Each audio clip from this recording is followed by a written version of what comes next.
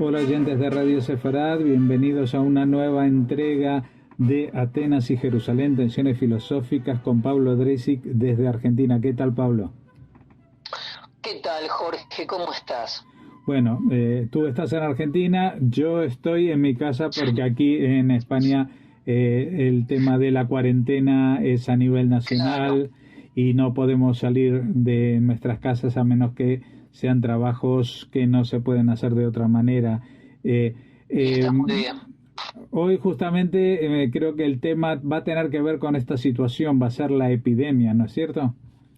Sin duda, sin duda. Para que estas reflexiones también estén de algún modo encarnadas en la ontología del presente, en lo que pasa. Y sí, traté de pensar un abordaje, hay muchos abordajes. Si comenzamos por Jerusalén, el tema de las plagas, la relación entre castigo divino y epidemias, plagas y enfermedad en general. También los salmos que se leen para epidemias. Yo lo voy a abordar desde otro lugar, asumiendo que todos estos otros lugares son lugares legítimos y muy apropiados, pero ciñéndonos a la consigna de ver estas bifurcaciones entre Jerusalén y Atenas. Podemos comenzar con Atenas y con el propio pensamiento filosófico que está pregnado, está inquietado, sería la palabra, está inquietado por el tema de las epidemias. Es decir, el pensamiento filosófico en Atenas, hay que pensar que sobre Atenas se desata hacia el año 439 antes de la era común una peste terrible que da lugar a muchos textos que toman como motivo la peste. Hoy esa peste, algunos estudiosos la hacen corresponder con el tifus, algunos estudios más recientes que podría haber sido un tipo de ébola, en fin. Pero la gran peste, así se denominada, también el síndrome de Tucídides, es decir, fue una situación que dio que pensar, por otra parte, con precedencia a esta crisis en Atenas, ya el ejército cartaginés en Sicilia, en siglo V y IV, también antes de la era común, había sido azotado por una peste terrible. Lo mismo que ya más cercanos a Jerusalén, la famosa peste de Azot, a los filisteos, y también el rey Mursili, bajo el rey Mursili, la gran peste con los hititas, ya en el 1300, antes de la era común, antes de Cristo. Pero si todos estos eventos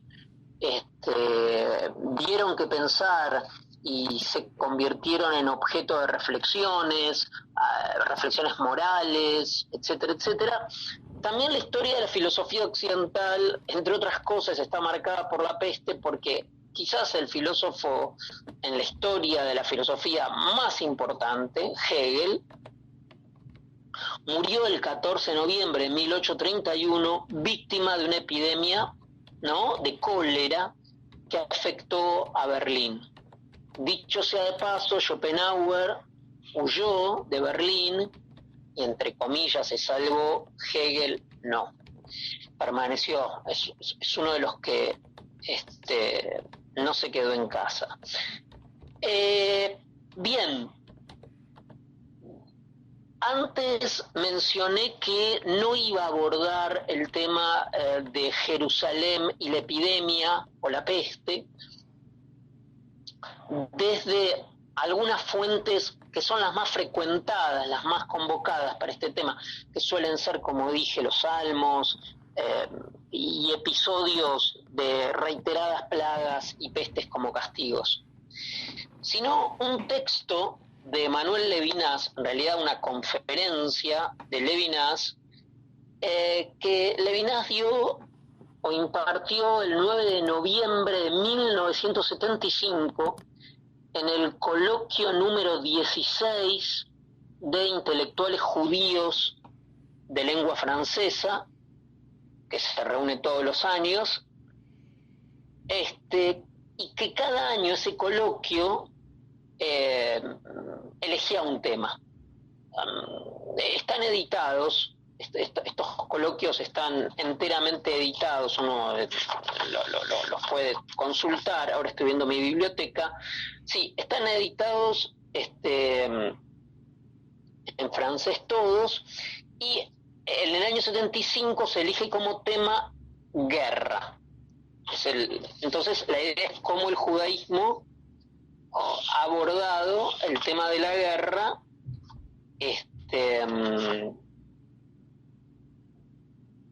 y en esta ocasión Levinas hace algo muy interesante, que es tomar un trozo del Talmud, una porción del Talmud, que en realidad es la Gemara, es el comentario a la Mishnah,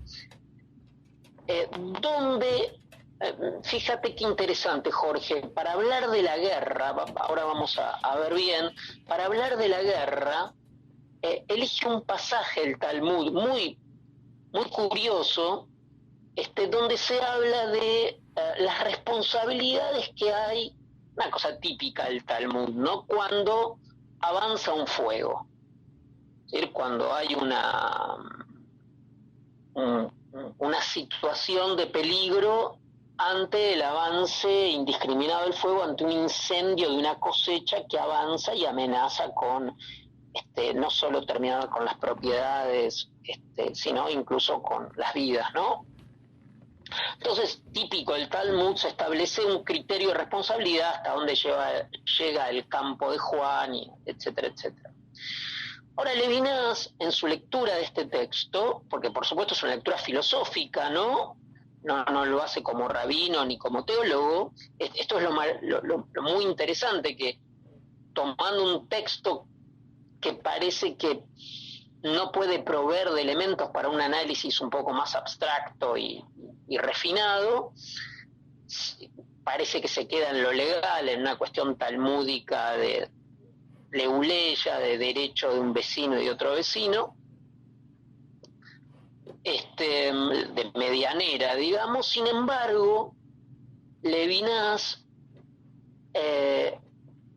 comienza a distinguir aquí entre la primera parte, que está dedicada a qué hacer frente a una fuerza incontrolable como es el fuego, una vez que se propala, con un pasaje, Éxodo 12:22, en que ya no refiriéndose, vamos a ver, al fuego, sino refiriéndose a una suerte de amenaza no visible, indeterminada, una amenaza que asedia sin convertirse en tangible. En esta sección de Éxodo 2:22 se dice que ninguno entre vosotros franquee el umbral. Es decir, si están en su casa, que no salgan, mejor que no salgan. Ya encontramos una analogía muy interesante, ¿no? con una situación que todos estamos viviendo hoy.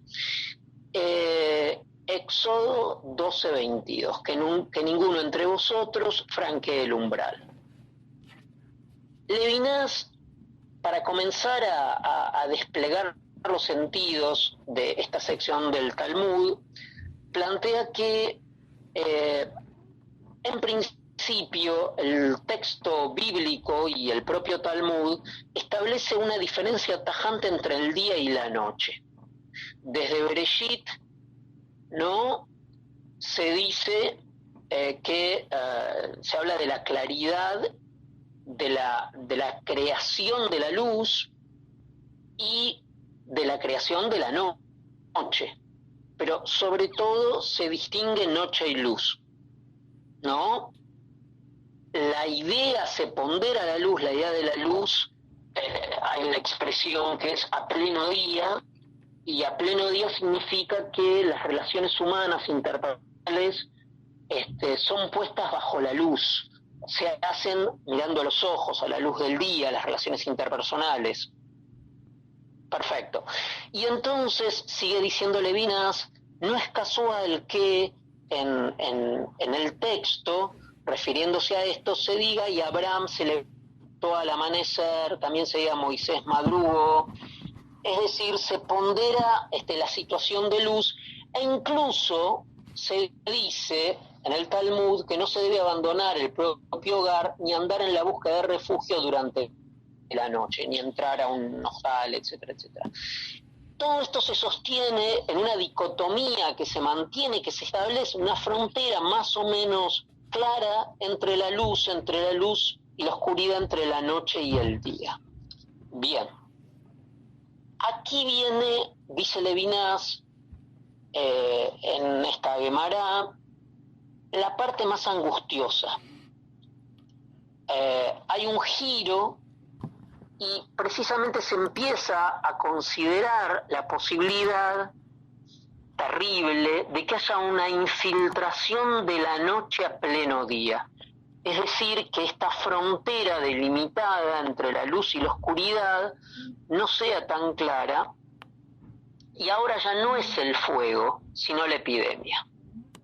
Frente al fuego tenemos esa claridad del enemigo, esa claridad de el objeto amenazante, pero ya este pasaje del Talmud empieza a distinguir entre el fuego y la epidemia. Comenta Levinas, la tarea del bombero no es la misma que la del médico. El médico lucha contra lo invisible, se confunden las fronteras.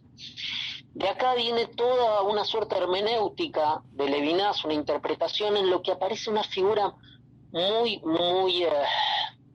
angustiante, que es la de lo elemental, el mal elemental, lo incontrolable, que entonces plantea casi un callejón sin salida. ¿Y cuál es este callejón sin salida, este impas?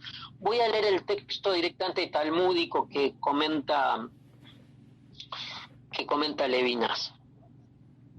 Existe una baraita, dice el Talmud: si se declara una epidemia en una villa, detén tus pasos para entrar en ella.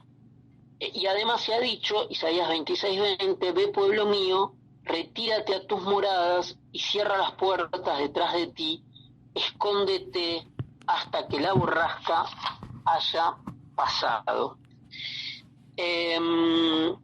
Esto es muy importante, porque aquí en la cita de Isaías, que es retírate a tus moradas y cierra las puertas detrás de ti, escóndete hasta que la borrasca haya pasado, existe una identificación del mal elemental que no es el fuego ya, como en la cita anterior, sino que es lo que aquí se denomina borrasca, y que exige no solo, si uno está en su casa, no salir, sino entrar en su casa y no salir, que es diferente.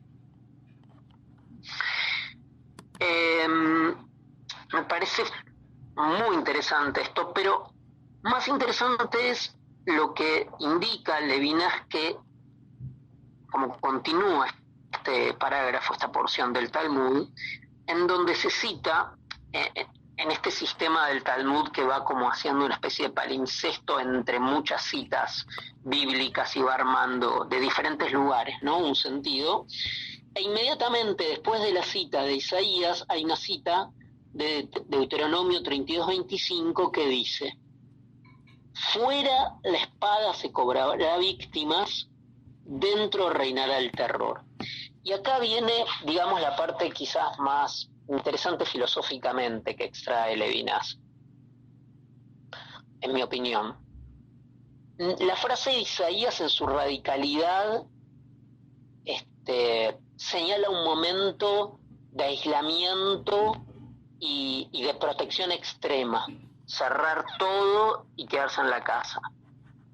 Pero la de Deuteronomio dice algo, yo diría filosóficamente relevante, que es que adentro reinará el terror. Es decir, afuera reinará la espada, te matan si salís, pero adentro reinará el terror. O sea, lo que está un poco planteando Levinas, que alguna vez podemos seguir con esta reflexión, es que hay una aporía, que hay este impas entre no salir afuera, entre salir afuera y que a uno lo maten, pero quedarse, y esto me parece que es el señalamiento brillante de Levinas, que no es teológico, sino que es filosófico, que significa que finalmente hay una subjetividad, ¿cómo se diría? Una subjetividad asediada, cercada, asfixiada, quizás sería la figura más adecuada, pero a salvo. Si está diciendo que hay un precio a pagar, que no es que el texto talmúdico celebre una interioridad, un shelter, un refugio contra el mundo, no. Hay una contingencia que obliga a experimentar un cierto terror, que es estar encerrado, pero que en ese momento es lo indicado y lo que se debe hacer frente a un exterior letal. Podríamos decir, frente al exterior letal, en ese momento hay que elegir una situación de agobio, sin duda, y de asfixia, pero que es necesaria. A mí me parece que,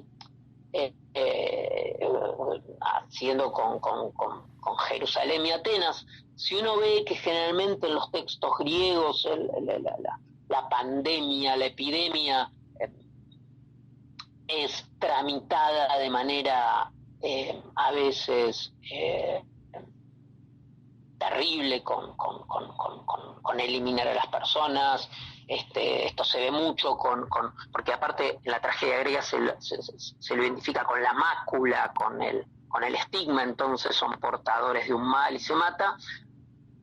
Aquí la solución talmúdica cabalga y dice, bueno, encerrarse, efectivamente padecer, pero leo de nuevo la frase de Deuteronomio: fuera de la espada se cobrará víctimas, dentro reinará el terror. Pero bueno, en este momento es el momento de retírate a tu morada hasta que la borrasca haya pasado, dice el Talmud. O sea, la frase de Isaías, la frase de Deuteronomio nos ponen en un contexto, creo, muy interesante, donde, bueno, hay que ser responsables, hay que quedarse en el propio hogar, lo que no significa que esto sea fácil, ni que, dice Levinas, el Talmud y el judaísmo sea una apología de renunciar al mundo, ni de no circular, sea una doctrina antimundana, en absoluto. Pero me pareció muy interesante justo remarcar este pasaje hoy. Bueno, con estas recomendaciones solamente tendríamos que especificar a qué libro de Emmanuel Levinas recordarlo. Sí. Es un texto que editó Río Piedras de Levinas, que se llama De lo Sagrado a lo Santo, de lo Sagrado a lo Santo, 5 nuevas lecturas talmúdicas, y son 5 lecturas talmúdicas, todas son sus ponencias en este congreso, y es una edición que yo creo editada por Río Piedras que no es difícil de conseguir. Pues con esta recomendación nos volveremos a encontrar, esperemos la semana próxima, para seguir hablando de Atenas, Jerusalén y las tensiones filosóficas. Muchas gracias, Pablo Dreisig, como siempre. Gracias a ti, querido Jorge, y a la audiencia.